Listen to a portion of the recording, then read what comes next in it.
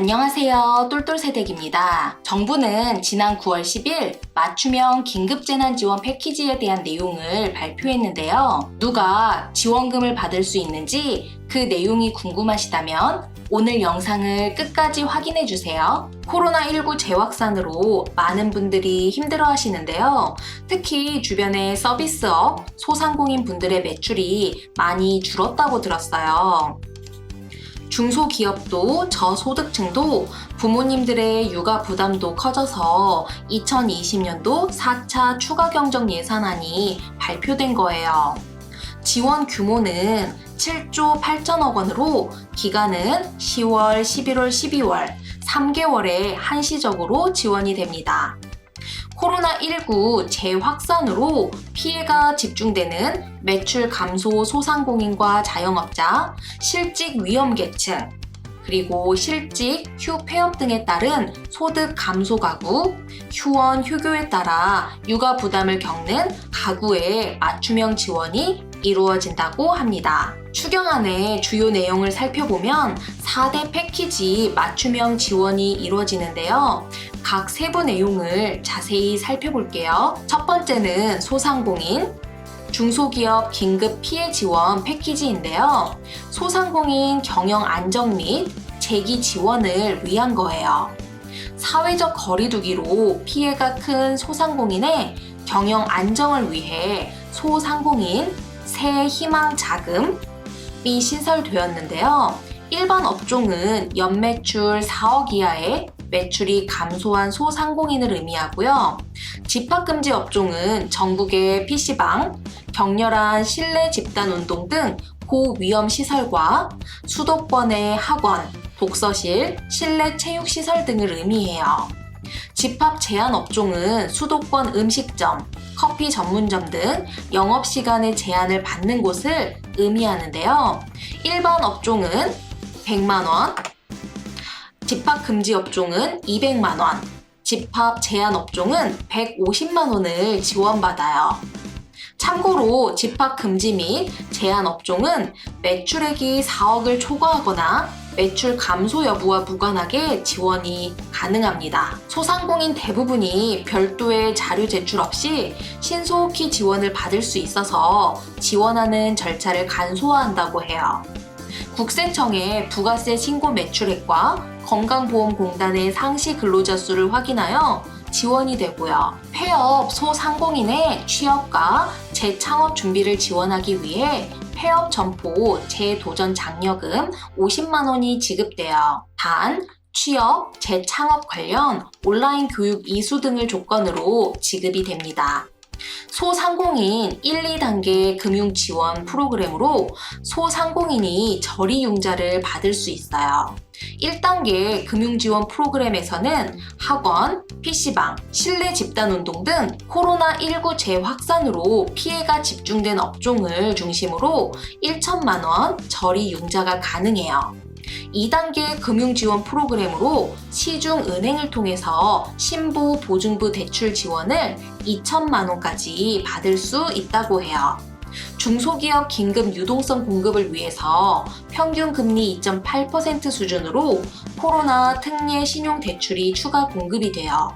또한 은행권 접근이 어려운 영세 중소기업을 대상으로 금리 2.15%, 집합금지 명령 대상 중소기업에는 금리 1.5%의 초저금리 자금을 융자해 준다고 해요. 두 번째는 긴급 고용 안정 패키지예요. 고용 상황 악화에 따라 고용 유지 지원금을 추가로 지원해요. 소득이 감소한 특수 형태 근로종사자, 프리랜서 등 2차 긴급 고용 안정 지원금을 50만 원에서 150만 원까지 지원을 하는데요. 기존의 1차 지원금인 150만 원을 수령한 사람들은 별도의 심사 없이 50만 원을 추가로 지원받고요. 1차 지원금을 미신청했으나 소득이 감소한 신규 신청자는 고용센터 신속 심사를 거쳐서 150만 원을 50만 원씩 3개월에 걸쳐서 지원을 해줘요. 여기서 특수 형태 근로 종사자는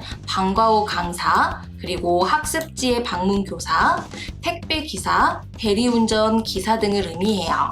그리고 만 18세에서 34세 이하의 취업이 어려운 청년을 대상으로는 청년 특별 취업 지원 프로그램이 있는데요. 취업 성공 패키지, 구직 활동 지원금 등 기존의 구직 지원 사업 참여자 및 참여 예정자 중 미취업자를 중심으로 심사 및 선발을 하여 50만 원을 지원한다고 해요. 또 실직자를 위해서 구직급여 및 코로나 극복 일자리를 한시적으로 제공한다고 해요. 세 번째는 저소득층 긴급 생계지원 패키지예요. 실직, 휴, 폐업 등에 의한 소득 감소로 생계 위기에 빠진 가구를 대상으로 긴급 생계 자금을 지원받을 수 있어요. 1인 가구는 40만 원, 2인 가구는 60만 원, 3인 가구는 80만 원, 4인 이상 가구는 100만 원을 1회에 한해 받을 수가 있어요. 단 동일 사유로 긴급 지원 프로그램인 소상공인 세희망 자금과 긴급 고용안정 지원금을 받은 가구는 제외된다고 해요. 매일 키움 일자리를 신설하여 한시적으로 기존 자활 사업에 참여하지 못한 근로 능력이 있는 저소득층을 대상으로 취업을 지원해요. 시도 광역 자활센터를 통해 2개월간 단기 일자리 월 180만 원을 제공하고요. 종료 후에는 근속 장려금을 20만 원 지급해요. 사업 종료 이후에 청소, 방역, 돌봄, 사회복지시설 등 사회적 경제 조직으로 취업, 연계 지원도 합니다. 마지막 네 번째는 긴급 돌봄 지원 패키지예요. 학교와 어린이집의 휴교, 휴원으로 학부모의 돌봄 부담이 커져서 아동 1인당 20만 원을 아동 특별 돌봄 지원금이 제공이 돼요. 기존 아동 수당 계좌와 각 학교의 K-에듀파인을 활용하여 별도의 신청 없이 신속하게 집행이 됩니다. 가족 돌봄 휴가 비용 긴급 지원을 통해 가족 돌봄 휴가 사용 기간을 최대 10일에서 20일로 확대하고요. 정부의 돌봄 비용 지원 기간도 최대 10일에서 15일로 확대하여 1인당 최대 75만 원을 받을 수가 있어요. 맞벌이의 경우에는 150만 원이 지원이 되고요.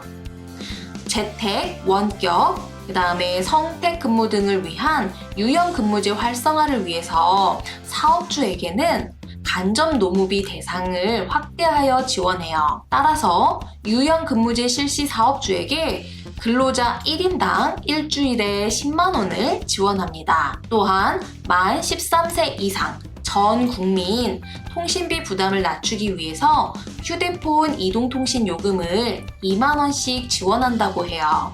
그러나 통신비 감면 지원은 정부의 혈세가 통신사의 이익으로 연결될 수 있다는 지적이 있어서 어떻게 결정이 될지는 조금 더 기다려봐야 될 것 같아요. 이렇게 4개의 패키지를 살펴봤는데요. 4인 가족을 사례로 설명을 해볼게요. 학원을 운영하면서 최근 영업을 할 수 없게 된 아빠는 새 희망자금 200만 원을 받고요.